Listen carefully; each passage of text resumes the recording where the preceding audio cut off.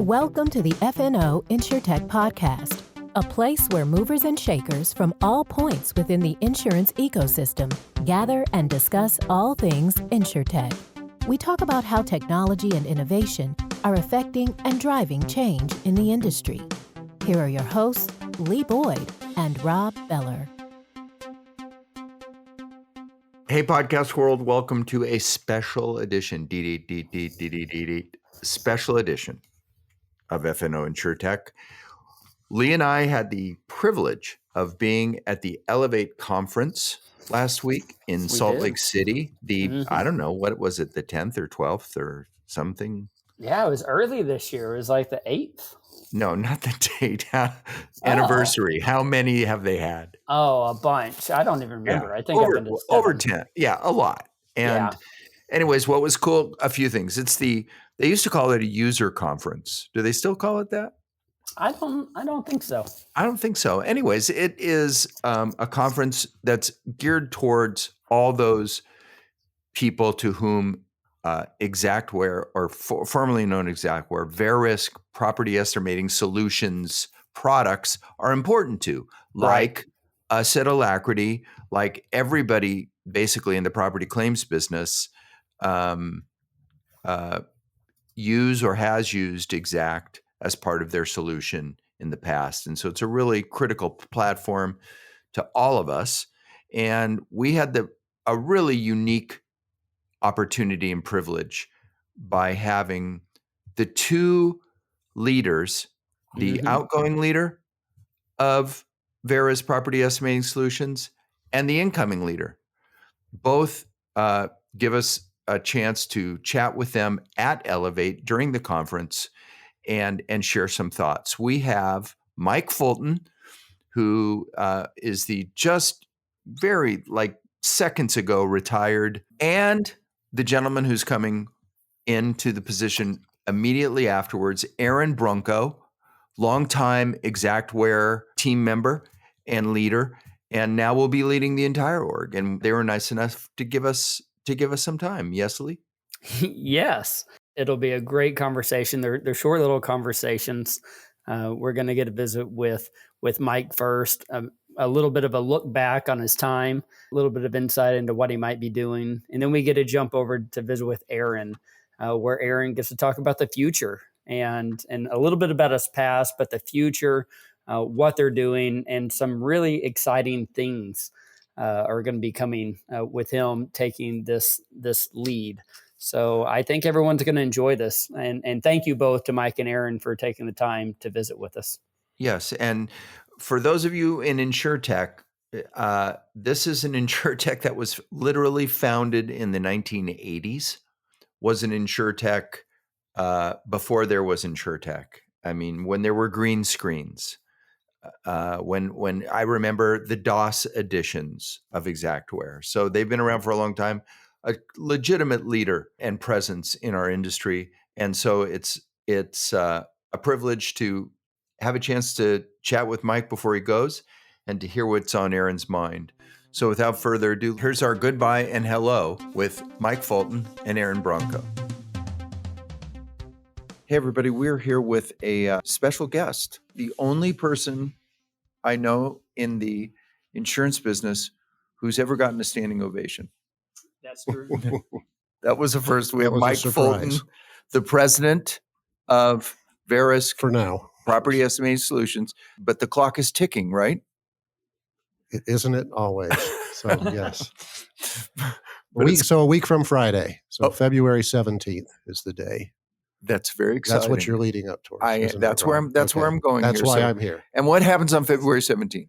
Mike is turning in his Xactware credentials and moving on to the next adventure. Well, congratulations. Thank you. That's a wonderful thing. And after how many years? It was 30 years last November. Wow. Yeah, it has been a lot of change. That's a heck of a run. When I started at the company, there were, I'm trying to recall, but I think there were about 28 employees. Okay. And today? Today, 580. Wow. Roughly. Wow. So congratulations. Thanks. This is a big deal. We like to interview you on the day that you do your keynote. Right. And today was I would say, an abbreviated one. Is that fair? Yeah. So we've been doing the last couple of years at Elevate, we've been kind of combining people in the keynotes. This one, because it was a handoff. I mean, I was literally handing the torch over to the next group of leadership. I think I was 4 minutes, Yeah, not 5 very long. tops, not very long. So Not very said long. what I needed to say, and I really just wanted to thank the crowd. It was a special moment for me.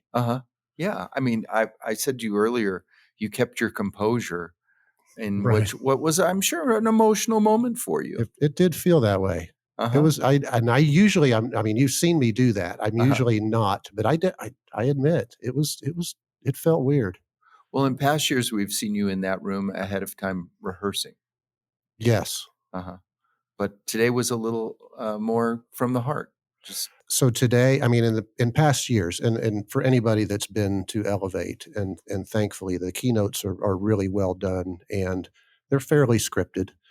I mean, and that's just helps them to go smooth, and it also helps for the timing, because you've got 60 minutes, and you need to be off the stage. This time they said, you got 5 minutes, say what you want to say. Yeah. And so I got up, and I had some notes. I had some key things I wanted to say, and we got that through. So let's just go back over your career real briefly. Sure. You aren't a technologist by trade, right? Well, 30 years ago, I was not. You were a general contractor, right? Was, yes. So how in the world did you get? Just take us real quickly how you got to be all the way to here, the outgoing president. Oh, well, I mean, if you want to go back that far through history. So I came out of high school and was a GC, worked with a group of, like a lot of guys did, worked with a group of friends out of high school, got on a crew, and we did everything from roofing to framing to finished carpentry and drywall, just anything that we could do. And I eventually broke on my own and became a GC and did remodeling. I did some insurance restoration work. And just as we were talking earlier, I had come out to Utah. Well, actually, before that, I decided to go back to school, got my degree, and did that. Yeah. Wanted to learn the technology side of it, because I knew my back was not going to support me swinging a hammer for the rest of my days, and I wanted something better than that. And I was starting to have children at the time, so that changes one's perspective, right? Absolutely. So we came from Atlanta, made the 2,500-mile drive out here to Utah, where my wife's distant family is from, because they had a family reunion. And I just said, we got to get out there. We sold everything, moved out here. My plan was to start up a construction company when I came here. Timing of events, by the time we got here and closed on our home, it was October. My wife was 8.5 months pregnant with our second. Winter was coming on. I thought I better get a job. And of course, this was 1992. This is when you looked in the want ads, right, in the newspaper. That's, right. Remember those? These things. Oh, yeah. Before the internet. And saw an ad for a company that said, we need someone with construction experience. And if you know how to use a computer, that's great. That's a plus. Yeah. And so I came in and applied. I'd never heard of Exactware before, or Xactimate. I mean, it was young back then. So the company was founded in 86. This was 1992. It was fairly young. It had just signed some pretty big accounts. Right. Started at the company in tech support. It was intended to really just be a temporary gig for me to get me through the winter, and I hit it off with the gentleman that was the founder, common background in reconstruction. And he never gave me a reason to leave. And like I said this morning, he made me feel like I was part of something bigger. Right. And just, it was, I'd always been self-employed prior to that. So to have someone paying for health benefits and paying me to take vacation time, that was a new thing to me, and it was quite enjoyable. So I just stuck with it. And so you've been the president here for about 8 years. Is that right? Yeah, 2015. April 2015 is when I took over that role. And so whenever you look back over those years, what are you most proud of? What are you happy about? What are you leaving? There's been so much, so many advances on the technology side, and everybody that's in this space is just scrambling to keep up, and it's accelerated even since COVID. Apart from everything that we've done in that period of time, I think the one thing that I've really tried to strive for is just try to keep that company at a time when it was growing just just by leaps and bounds to keep a kind of a family-oriented culture. Yeah. To keep people engaged and enjoying the business. We had been acquired. We were acquired in 2008 by what was ISO, and then when they became public, the name was changed to Verisk. And when you have a large company that's taking over, there's a lot of desire to centralize things, and it's a different world. And you're trying to, as a leader, you're trying to bridge that gap between the local culture and the corporate culture. And I think if anything, I think that's the one thing I tried to do the most, apart from growing the company, obviously. But your big challenge, as you saw, it wasn't necessarily what new technology needs to be pushed out, but how do I deal with the people that are doing that? How do I make the experience good for them? Yeah. So I mean, I've always had ideas from a technology perspective, and was involved early on with the development of Sketch. And the payment tracker and exact analysis and all of those other things. But we've always had a great team. We've always had a deep bench of folks. And Aaron, who's taking my place, he's grown up within the organization. People that understand it and get the technology. And as any leader, you rely on your people, right? Because you can't do it all. And the best manager is a good mentor. And so you're trying to help to steer people and provide direction. And that's really what I did. I like that. We interviewed you, I think, maybe back in 2019. But whenever we first started interviewing you, we talked about the open ecosystem and how it was a new idea and exactly where it was going to open. And we showed up here, and there was a whole room full of partners that you've integrated with. Right. And I feel like that's something you did. That's something that you and the team have done, and good job on that. Tell me a little bit about that. Has that been a struggle? Has it been hard? No, well, not really. I think the struggle is that we haven't been loud enough about the fact that we've been a pretty open ecosystem. I mean, it's an interesting world in the technology space, and we've had the luxury of having kind of the platform on which the property insurance ecosystem runs, obviously with exact analysis. And in some ways, with everybody living on that platform, they don't want you to hold back and keep people from getting whoever they want on that platform to help them do their business. And we've always been pretty open. We were usually pretty closed off about those that were in a competitive space with us. Right. But I think that was the big shift that we had to make, is that we have to say, look, guys, we've got to open it up and allow people the choice. And if we can't do it better, faster, cheaper, shame on us. Yeah. But it's really up to the customer. We'll manage the platform. So we've been pretty open from an ecosystem perspective. This particular conference, where we've opened up that solutions gallery to let all of those ecosystem partners come in and have a platform themselves to demo their product and pitch their wares, is what's new.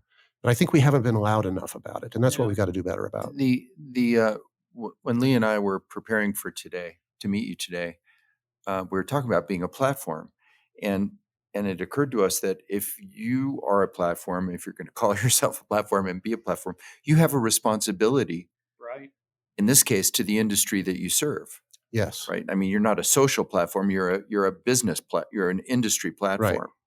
And so the industry has to count on you to make decisions that not only benefit you, but that benefit the industry. Correct. Right. Correct. And that's a tough spot to be in. Well, or a lot of responsibility. You have to change your perspective. You have to not be so myopic about your particular business and growth within that business. You have to think about what the customer wants. Yeah. I mean, how do you stay a platform unless you're open? True. Yeah. True. Yeah. So with the platform itself, where's it going? You've been in the meetings, right? There's a plan. Is it just more of the same? Just continue to open up, continue to grow, continue to be that platform of truth and helping people. I loved what you said in the keynote about how it's all about helping people, right? I mean, is that what we are going to expect moving forward? It's just more about serving the customer, serving the client, however it may be, integrating, doing whatever needs to be done. I think if we can help our customers serve their customers, then we're doing our job.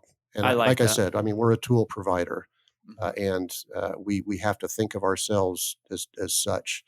But going forward from an ecosystem perspective, I mean, everybody is moving towards automation. I Right. mean, ultimately, they want to be able to take a picture with their mobile phone or their handheld device Be and done. have an estimate be created from that. And when you think of all of the different links in that chain, whether it's FNOL at the very front end, first notice of loss, and payment at the back end, I mean, there's coverage verification and fraud detection, and there's valuation, and then there's claims workflow and all those things, all these links in the chain that have to be stitched together in the right order. I mean, Verisk obviously wants to be able to provide all of those that we can, but we also want our customers to be able to insert themselves or any other third party into one of those links if that's what they want to do. So ultimately, that's the direction. We want to be the platform. We also want to provide good solutions, but we want to be open enough and provide the flexibility for folks to be able to choose their own options. That's great. And so moving forward, you had approached Verisk and said, "Hey, I'm going to be retiring," and you worked on a plan, right, to elevate Aaron. Tell me about that. What did that look like? What went into the succession plan in getting Aaron to this point? Well, Aaron was kind of the heir apparent. I mean, he was the guy that seemed to be the one that could step into that spot. And I mean, as a part of any business, you do succession planning, Yeah, right? Because as a manager, you should be doing that for those people who work for you.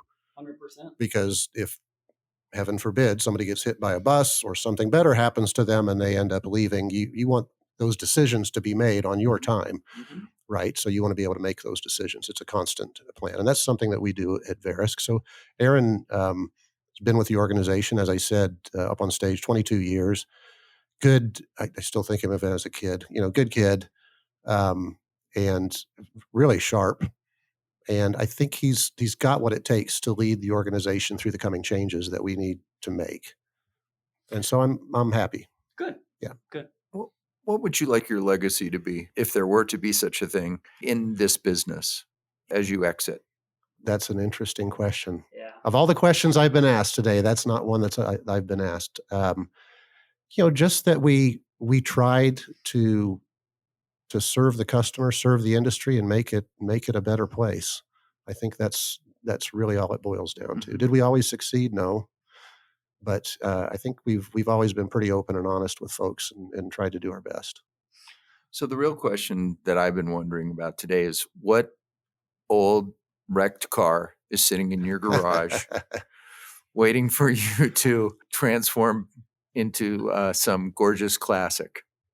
So for those listening, Rob and I have had great discussions about this in the past, and we had one just leading up to this today. I don't have any old wrecked car in my garage. Would I like to? Yeah, probably so. Okay. All right. Don't know how that's going to work out. I mean, Uh-huh. I've been telling people, because people are always asking me, what's next? What are you going to do? I said, Yeah. I'm going to take a few months and figure that out. Uh-huh. And Uh-huh. will I restore some old cars? Probably, maybe. Okay. Will I Okay. flip a house or two? Maybe. Will I do something different? Will I get back in the technology space? Maybe. Who knows? We just don't know. Okay. Well, it's been a privilege for us Yes. to have you around. And somebody posted on LinkedIn, congratulations, Mike. It's been great. And like, you have hundreds of likes to it. Yeah. And I was going to put on there, but I'll just say it to you instead, that of all the people that we work with in this industry, you are by far one of the most pleasant and generous 100%. and accommodating person. I mean, for us, you're kind of a big shot. You're a big shot in our space that we work in every day. Sure. But you've never, ever been anything but kind and generous with us. And so we say to that, thank you. And we wish you Wow. all the best. Well, you guys are too kind. It's been fun for me. I've told you, I really Yeah. enjoy doing these things. We used to come right out of the keynote and go Right right out. into the hallway while people were mulling around and put on the headphones. That's right. And in fact, Lee says this is your 5th time on. Yes, I believe it's his 5th time. And The 4th believe it. last And- time, yeah. And 5-timers get the FNO InsureTech podcast smoking jacket. Oh, no. Oh, nice. They're on back order. They're on back order. As soon as that supply chain Well, as gets they say, going. like any jacket I wear is smoking. Yeah, there you go. Yeah, it's out on a ship somewhere. Okay. Yeah, but we're not sure where, but leave us It's your this address. COVID thing, whatever. Yeah. You leave us your address, and we will mail it to you, and we'll come visit you and drive around in that cool car You guys are great. once it's done. You guys are great. I hope we stay connected. Definitely. And when you're out here in town, I'm not moving off planet. Absolutely. let's have Well, lunch. same time next year is what we say about Elevate, right? You're right. Okay. We're always here. So we'll look forward to that. Thanks. Thanks, Thank you. guys. Thank Best you wishes. so much. Thanks, Mike. Really appreciate the time, the insight, and the well wishes. And we wish you all the best as you continue on. And here's our intro and hello to the new president of Verisk Estimating Solutions, Aaron Brunko. Hey, everybody. We're here with another special guest at Elevate, Aaron Brunko, who's the senior vice president as of today. Mm-hmm. But in 10 days, something like that. Give or take. Who's counting? something like that, will be the new president of Verisk Property Estimating Solutions. You got it. Did I get that right? Or Exactware, Or exactly. which is what most people recognize as the we brand call it. as. As those of us who've been here for longer than 10 minutes, call it. Although, have you noticed there's a lot of new faces? There are. Do you see that out in the crowd here at Elevate? Absolutely. And that's one of the things, the data points that we look at. So I'm a data nut, too much so, but just classifying how many people said that this is their first time. It's tremendous. There's a lot of people that have come for the first time. So we're forging a new experience for those individuals, which is great. Well, let me start by saying congratulations. Thank you. This is a big deal, big step in your life. Congratulations. Tell us a little bit. Who the heck are you, and where did you come from? We've been fortunate enough to have Mike on the podcast 5 different times. 5 times. We always usually try to get him right after the keynote happens, and so as the baton is being passed here, we wanted to have you on, and excited to have you. And tell us, how in the world did you end up here? That's a good question. I think a lot of people have that question. Myself included. A lot of times, how on earth did I get here? But it's good. There's a great organization that takes care of customers and our employees, right? And that's been something that Mike has really lived for a long time, right? We really take care of our employees. It's customers first. That's always what the mantra is. And that's been my whole career. I mean, if you ask my wife, she would very much say that you've absolutely put customers in the business first. A good example of that was when I was in technical support many, many, many years ago. I had a key contact, and the key contact would reach out to me as kind of an escalation point anytime something would happen. And this was for a larger account. And I'd been working for the organization for a year, and then I got married. Yeah. We were on our honeymoon, and the phone call came in. Of course. I told my new bride that I'm going to get out of the pool, and I'm going to just take care of this little issue, and then I'll be back. And so, an hour later, I was back, and my wife learned who she married early on. But it's instances like that where I am always willing to go above and beyond for the customer. And then the chips will fall where they fall. You, in the keynote today, you talked about how you have been here for a long time, many years. And in fact, grew up in the same town that James Loveland grew up in, right? Yep. Isn't that, or was living in? And so how many years have you been here at Exactware, I guess? Is that what it was called whenever you started here? Yeah, 22 years. 22 years. So next month, it'll be officially 22 years. Okay. So what all have you done in those 22? What roles have you had? How long do we have for this? Get good old 30 seconds. Okay. So I started out in technical support. Then I moved into kind of an elevated technical support where I did direct repair program setups and then handled support escalations. This was a smaller organization. Then I went and did QA testing on Xactimate and fell in love with Sketch and just sketched the heck out of everything. Yeah. And then I decided to play my hand at sales for a little while. I worked for Scott Severe when he was at the organization. Great guy. Love Scott to death. Yeah. And then he finally got sick of me and said, hey, you got to go try to be a trainer for a little while. Okay. So I did training. Then I did implementation and account management. Then I worked for Ryan Smith and helped build up Exact Contents. Yeah. Then I did claim experience. And then I took over our claims products area. And then they threw a rock at me and hit me. And now I'm the president. I mean, we're not saying it's mailroom, but I mean, that is Pretty close. That's pretty close. A path. That is a path. So what was it like whenever they approached you and said, hey, we have this plan. Is this something you're into? What was that like for you? You got it. Let's do it. No problem. Man, next step. Rock and roll.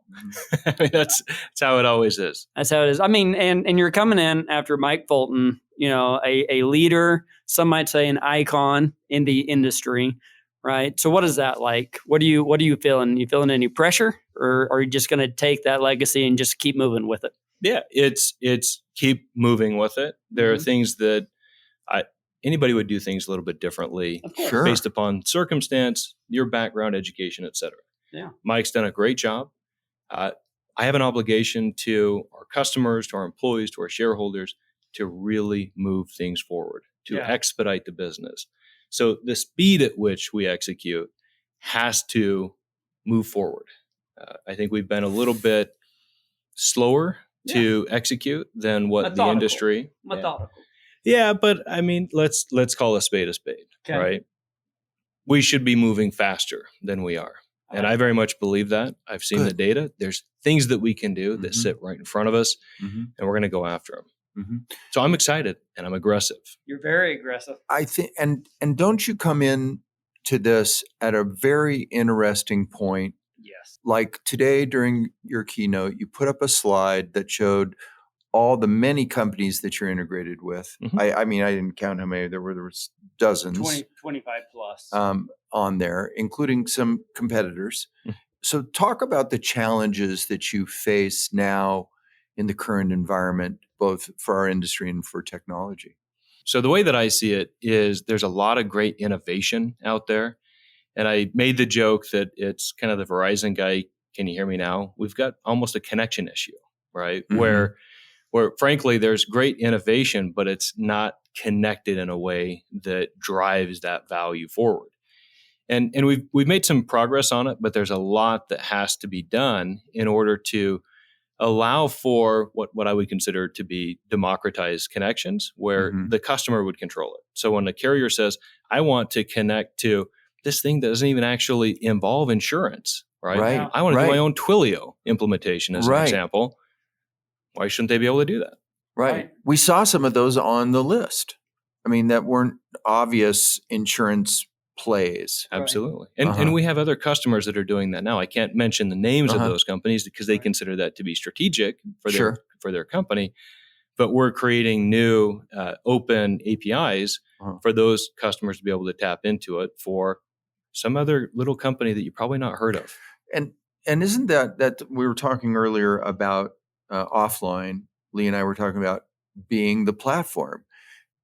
It's kind of a big responsibility, right? I mean, you guys are you guys can inhibit progress. You can magnify or accelerate progress because you're the platform that all these other things are existing on.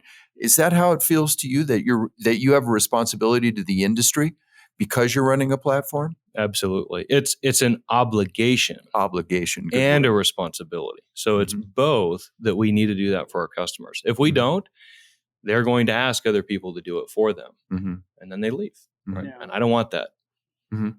What is your view on partnerships? For many years, I would look at Xactware at the time, and I would say, well, they normally would just build it themselves or do something. What is your view? Is it if there's a software out there, a system that's good, we're going to partner with it? Are you open to partnerships, or are you still we want to build it ourselves?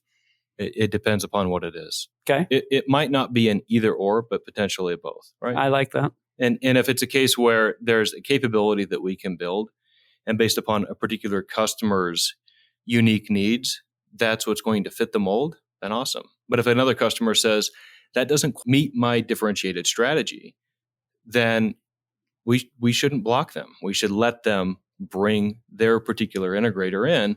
And if they choose that that's not us, that's okay. Now, I will say that there's a caveat, right? And this is just strategic rationale, right? If you take a strategic course, what do they say that you should never outsource? Your core distinctives. I like that. Okay. So you can keep your core distinctives vertically integrated, but you never outsource those core distinctives. Otherwise, you're going to get disrupted. Mm-hmm. And so core distinctives can change over a period of time, but I think it's worthwhile for us to really evaluate what those are, right? Maybe it is some part of the platformed ecosystem that we play a role in, right? If you think about really the pricing that we offer, the building cost data, how much effort really goes into that to get it right. Yeah. And when you have both sides angry at you, so contractors and insurers, then you know you found the sweet spot. Yeah. That's a tough thing to do. And there's a lot that goes into it. And so I consider that to be one of our core distinctives, core competencies. And so I don't anticipate us outsourcing that kind of a thing. I mean, that's really, like you said, that is your core. At the end of it, there's all this platform, but we all come here for the pricing. Give us a fair price. So that's what you see on the surface. Okay. But if you think about, how long have we been doing this? A while. Quite a while. Years, yeah. Right? And so think about what 1986. customers...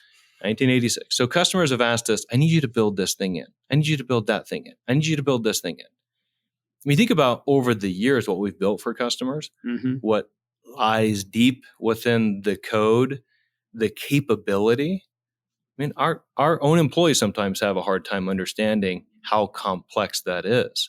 And that's actually something pretty unique. The actual development that we've done for customers. I mean, think about how we do some of the calculations at the very low level environment for how we handle like coverages, and you have to deal with like the penny rounding, and you have to be able to handle the different versioning of estimate updates. That's a big deal, especially with a financial solution like Xactimate. Right. And even talking about that, you hit on it in the keynote today about labor and inflation. I mean, what is that like? Are there teams that are working on this pricing for whenever a hurricane hits? I mean, prices go up, oil supplies. I mean, you've got to have huge teams working on these supply chains, inflation, interest rates, costs going up like crazy. Is that what you have here? Absolutely. And for us, it's also evaluating what that looks like on the underwriting side, right? So we look at the macroeconomic trends, we track that information, and there's deep analysis. And then there's an awful lot of hard work that goes into ensuring that you have a fair and appropriate price. Doing that on both the underwriting and the claim side is of massive importance. You don't want to get into an underinsurance situation. And so we do everything that we can to try to guard against that, and then make sure that back end piece really does make whole the policyholder based upon that initial promise when you sell the policy. Yeah. And so we strive to really do a good job on that and make sure that we are dialed in when it comes claim time. We have got to hit on the buzzwords at this conference: AI, machine learning. Mm-hmm. You know, what are you doing, or what's on the roadmap, or what's being done to implement some of this machine learning or AI into the property estimating solutions world? Yeah. So I've used analogies before in the past, and I think about it in terms of the self-driving car. Yeah. Right. And what was the first thing that you saw with a self-driving car? Actually, I'm going to back up even further. Let's think about just from a safety standpoint. Can you guys think of maybe the first thing that helped from a safety standpoint? It's a good question. First indicator in a vehicle. It's annoying. It's the little seatbelt light. Seatbelt light. Yeah. Okay, that's exactly what I was thinking. Right? Seatbelt light. Seatbelt light. Or the little ding. Then the ding. Okay. Then what? Mhm.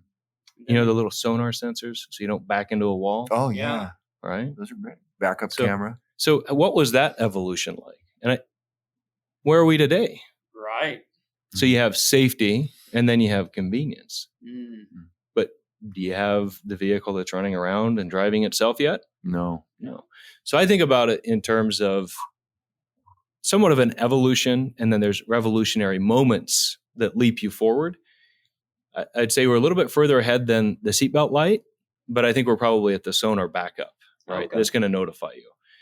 There's tremendous opportunity, though, when you look at the compliance side of it. So that's what I consider to be the safety aspect of it, state regulation, how you can depreciate, how you can't depreciate. Right? Some of those are going to be kind of the warning aspects of it. And then if you think about the self-driving car, you're able to focus on other things that matter other than maybe just the road in front of you, right? So you might be able to have a different conversation with a passenger, or hopefully not playing your phone, but you see a lot of people do that. To what extent, if you think about technology in workflow or an estimation, I believe it's going to be an enabler to have whoever that professional is put more focus on not the software, but on some of those meaningful exchanges that you would have with a customer, as an example. And so I think you're going to see more of that in the future. Okay. That's more augmentation as opposed to just completely driving out jobs, right? Everybody thinks that this robot's going to take their entire job. I think you're going to find efficiencies. I think that there will be, employee turnover to where maybe you don't have to replace, but I think it'll be filled through attrition as opposed to AI stealing everybody's job. Could be wrong though. If you play with OpenAI, like that's scary, crazy good. Yeah, it's pretty amazing. Was it you that had the poem up today? Or no, we had our that was the other speaker, right? Yeah. Right. I've written many poems through OpenAI. I have as well. It tells some pretty amazing stories. It's pretty dang good. You just have to wake up early in the morning to use it. Yeah, you can't get locked out. Yep. You got to be there early. You got it. I want to talk about the people side of this for a minute. For me, I'm an old guy. You're a young man in your early 40s. You still have all your hair. Taking over. Well, I'm lucky. That's it. Believe me, I had nothing to do with it. So we had Mike on the podcast just recently, and he said that the best manager is a good mentor, which I thought was great. I loved that. How do you feel about stepping into being the leader, not only of the organization and of where the product is going and how to get there, big picture things, but also of an army of people, if you will, over 500 employees in your group? Yep. Talk about becoming the leader of a large group of people. Yeah, absolutely. And I, in my prior role, I had about half of that. Oh, okay. Yeah. So I had a ton of employees. So you had some that rolled up practice through me. Yeah, absolutely. And in many cases, employees need to feel inspired, right? They're working towards something that is of a greater good, right? Especially when you think about it in terms of like a collective unity. And that was one of the things that you heard Mike talk about in our keynote today, where he said, James Loveland Sr. said, great job on all your little accomplishments, but you're part of something bigger. Yeah. And I think about that in terms of how you create a mission, a vision, and a purpose that really resonates with employees to realize that they're part of something much bigger. And that's important for us to do that.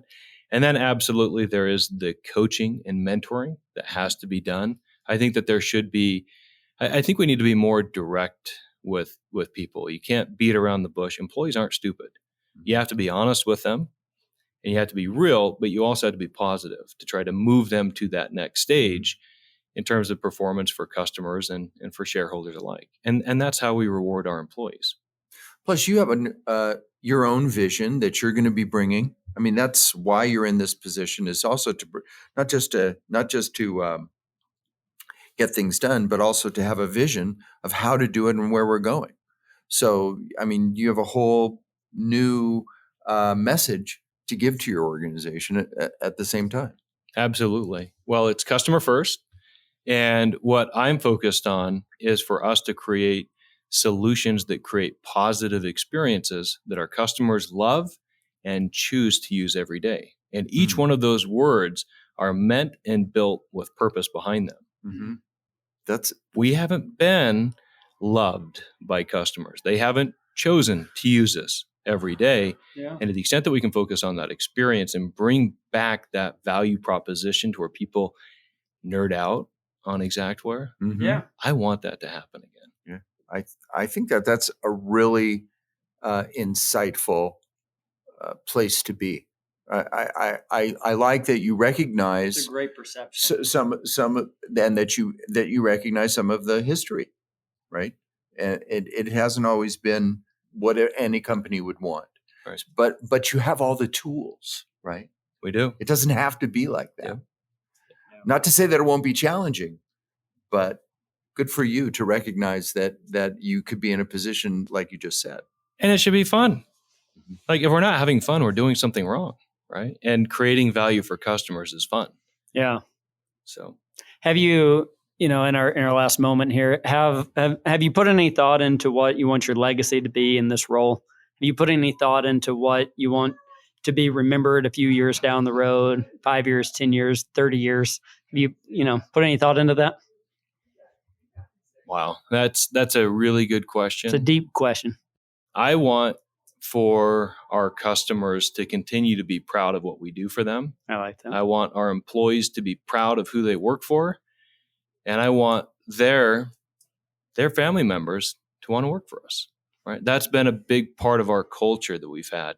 You're proud to say who you work for. And most of our employees still are. Yeah. But I think we need to really lean in on the subculture, what people believe, and really propel that forward into the future. And that's where you get people that are excited and motivated around just killing it, doing That's some great great. things. That's great. Well, we are very excited about the future, and we wish you all the best luck. And we look forward to doing this again next year with you. Excellent. Yeah, for sure. Thanks for coming, Aaron. Thank you for having me on. Really appreciate it. Thanks.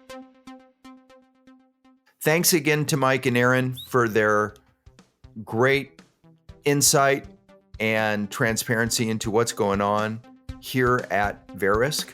And we look forward to working with Aaron going into the future. Goodbye, everybody.